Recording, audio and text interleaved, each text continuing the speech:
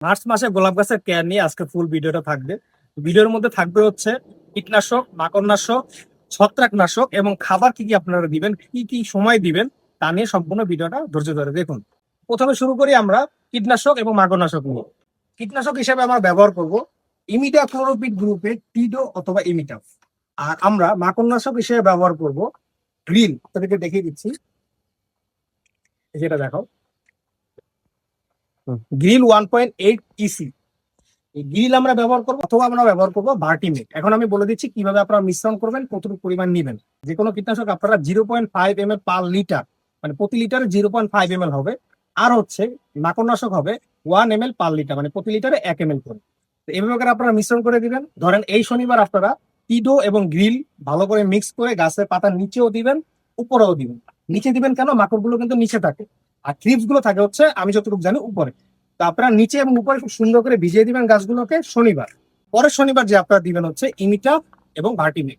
এরকম ঘুরিয়ে পেঁচিয়ে আপনারা দিবেন। কীটনাশক এবং মাকড়নাশকের চাপটা শেষ। এখন আমরা আসি ছত্রাকনাশকে। যেহেতু এখন গরমকাল পড়ে গেছে, ছত্রাক তেমন একটা আক্রমণ করবে না। তারপর আপনাদেরকে বলছি, যারা এখন রিপোর্ট করছে, যেমন আমার গাছগুলোকে রিপোর্ট করা শেষ, আমি গাছগুলোকে রিপোর্ট করে দিয়েছি 4 থেকে 5 দিন আগে। যেহেতু গাছগুলোকে আমি রিপোর্ট করেছি, তো ছত্রাকনাশক এখন ব্যবহার হবে। এখন আপনাদেরকে বলে দিচ্ছি কি কি ছত্রাকনাশক আপনারা ব্যবহার করবেন। আপনারা যদি একটা মাত্র ছত্রাকনাশক ব্যবহার করতে চান, সেটা হবে রেডোমিল গোল্ড। এটা হচ্ছে পাতার উপরে বা নিচে যেখানে আপনারা স্প্রে করেন, এটা পাতার মাধ্যমে শিকড় পর্যন্ত চলে যাবে। যেটা বেস্ট ছত্রাকনাশক হিসেবে ব্যবহার করা হয় রেডোমিল গোল্ড। সাথে আপনারা অ্যামিস্টার টপও কিনতে পারেন। যদি বাজেট কম থাকে তাহলে অ্যামিস্টার টপটা স্কিপ করে আপনারা রেডোমিল গোল্ড নেবেন। রেডোমিল গোল্ডের সাথে আপনারা কি মিশাবেন সেটা আপনাদেরকে বলে দিচ্ছি। রেডোমিল গোল্ড এবং একটা পিজিআর আপনারা ইউজ করবেন। রেডোমিল গোল্ড অথবা অ্যামিস্টার টপের মাত্রা হবে 1 ml বা 1 গ্রাম পার লিটার, মানে প্রতি লিটারে 1 গ্রাম বা 1 লিটার নিতে হবে। আর সাথে হচ্ছে আপনারা পিজিআর হিসেবে নেবেন মিরাকুলান আর পোটোজিন। মিরাকুলান গাছের মারাত্মক গ্রোথ ঘটায়, মারাত্মক গ্রোথ আনে। আর ফ্লোরা যদি আপনারা ব্যবহার করেন তাহলে গাছের গ্রোথ খুব ভালো হবে।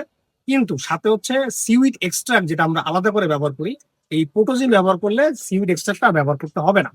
পিজিআর এর কতটুকু আপনারা নেবেন, মানে পিজিআর এর মাত্রাটা কতটুকু হবে, সেটা 1 ml পার লিটার হবে। শনিবার দিন আমরা কীটনাশক মাকড়নাশক দিয়েছি, রবি সোম মঙ্গল 3 দিন গ্যাপ দিয়ে আমরা বুধবার দিন দিব হচ্ছে ছত্রাকনাশক আর হচ্ছে পিজিআর। তো এইভাবে করে আপনারা এই স্প্রে কাজটা শেষ করবেন। এখন হচ্ছে আমরা বলবো সব থেকে ইম্পর্টেন্ট এই সময়, গরমের সময়, সেটা হচ্ছে গাছগুলোকে ভালো করে শাওয়ারিং করানো, মানে গোসল করানো। গাছের নিচ থেকে উপর থেকে সুন্দর করে গাছটাকে গোসল করে দিবেন। নিচ থেকে দিবেন, উপর থেকে দিবেন। নিচ থেকে দেওয়ার কারণ হচ্ছে প্রথমেই বলে দিয়েছি মাকড়, উপরে দিবেন থ্রিপসের জন্য, অন্যান্য পোকার জন্য।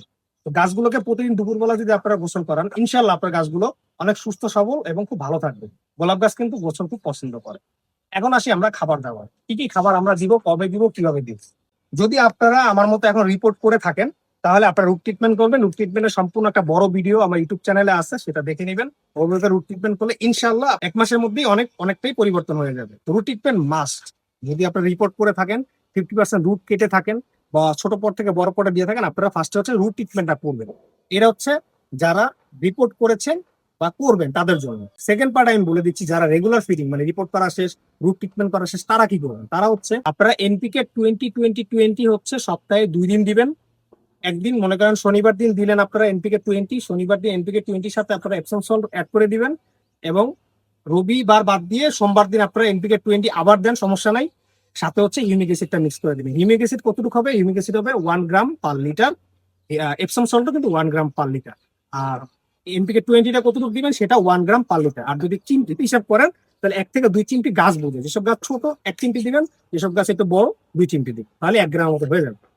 আর মাস্টার কেক আপনারা দিবেন হচ্ছে সপ্তাহে 1 দিন, সেটা হচ্ছে শুক্রবার দিন। আমার মতে আর কি শুক্রবার দিন দিলেই বেটার, কারণ ওই দিনটা আপনারা ফ্রি থাকবেন, আরামসে দিতে পারবেন। মাস্টার কেক দেওয়ার নিয়মটা হচ্ছে আগের মতো কিন্তু আর করা যাবে না, যেহেতু গরম পড়ে গেছে, মাকড়ের আক্রমণ এখন অনেক বেড়ে যাবে এবং গাছে যদি হিট তৈরি হয় গাছের জন্য সেটা ভালো হবে না। তাই আমরা এখন কি করব, 1 লিটার পানির মধ্যে আমরা 50 গ্রাম, মাত্র 50 গ্রাম সরিষার খোল 7 দিন ভেজাবো। তারপরে আমরা সেই 1 লিটার পানিকে 10 লিটার পানির সাথে অ্যাড করে গাছে যতটুকু পরিমাণ আমরা নর্মাল পানি দিই, সেই পানিটা দিয়ে দিই। এই হচ্ছে খাবার দাবারের পার্ট শেষ। এই জিনিসগুলো টোটালি যদি আপনারা সুন্দর মতো করতে পারেন, তাহলে ইনশাল্লাহ বলা যায় যে এই মার্চ মাসে আপনাদের গাছগুলো অনেক সুস্থ সবল এবং সুন্দর থাকবে। তো ধন্যবাদ তোমার সাথে থাকার জন্য। সাবস্ক্রাইব, ফলো করে সাথে